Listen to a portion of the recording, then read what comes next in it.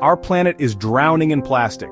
From the deepest oceans to the highest mountains, plastic waste has infiltrated every corner of our Earth. This crisis threatens our ecosystems, our health, and our future. The world desperately needs a solution. The global community recognizes this urgency. There is a growing consensus that we need to act decisively to curb plastic pollution. The recent global talks in Busan, South Korea, were a crucial step in this direction. These talks aimed to create a legally binding treaty to address plastic pollution. The goal was ambitious yet essential, to protect our planet from this pervasive threat. The stakes were high and the world watched with bated breath. However, the Busan talks ended in disappointment. Despite the urgency and the global recognition of the problem, the negotiations failed to produce a treaty. This failure is a setback in the fight against plastic pollution. It underscores the challenges of achieving international cooperation on complex environmental issues. The Busan talks were not the first attempt to forge a global agreement on plastic pollution. The journey to Busan was paved with previous attempts, each highlighting the complexities of the issue. In March 2022, the United Nations Environment Assembly adopted a landmark resolution. This resolution called for developing a legally binding treaty on plastic pollution by the end of 2024. This resolution was a beacon of hope. It signaled a global commitment to tackling this environmental challenge. Following the resolution, 5 rounds of negotiations took place in various locations around the world. These negotiations aimed to hammer out the details of the treaty and find common ground among the participating nations. Each round of negotiations brought its own set of challenges. There were disagreements on the scope of the treaty, the specific measures to be included, and the responsibilities of different countries. Despite these challenges, progress was made, and a draft treaty was developed. However, the Busan talks revealed that significant differences remained. At the heart of the Busan talks' failure was a fundamental disagreement over how to address plastic pollution.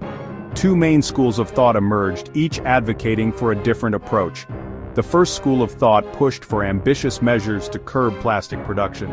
This approach, championed by over 100 countries mainly from Africa, Latin America, and the European Union, argued that reducing plastic production was essential to effectively tackle the problem.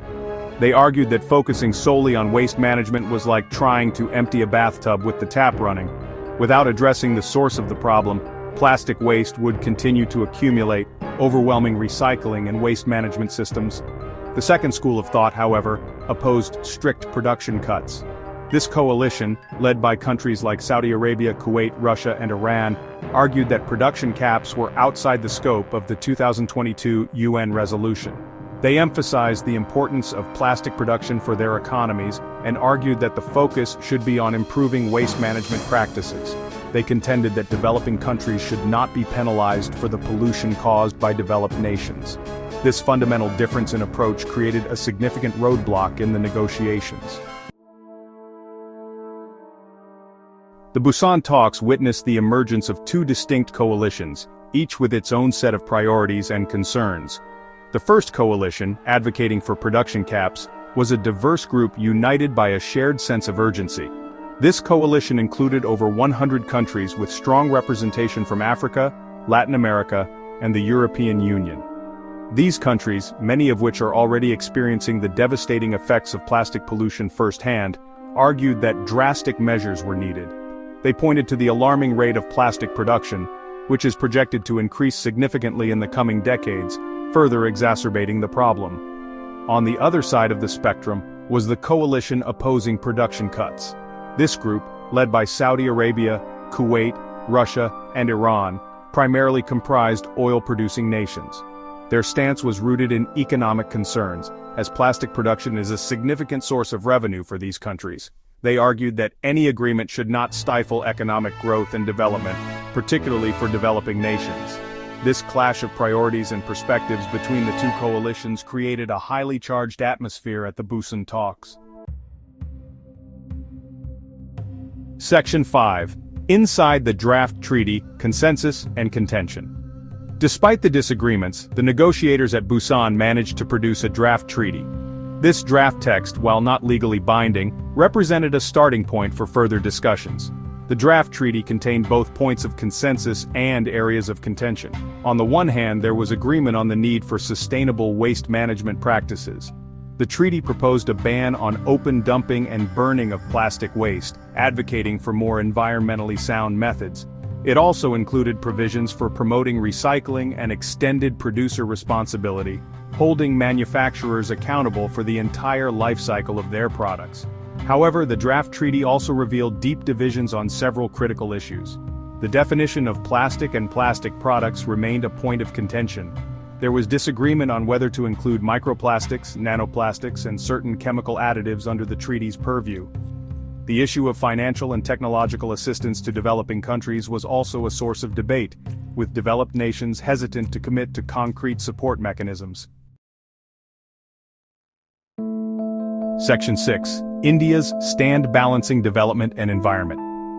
India, a key player in the global fight against plastic pollution, played a nuanced role in the Busan talks.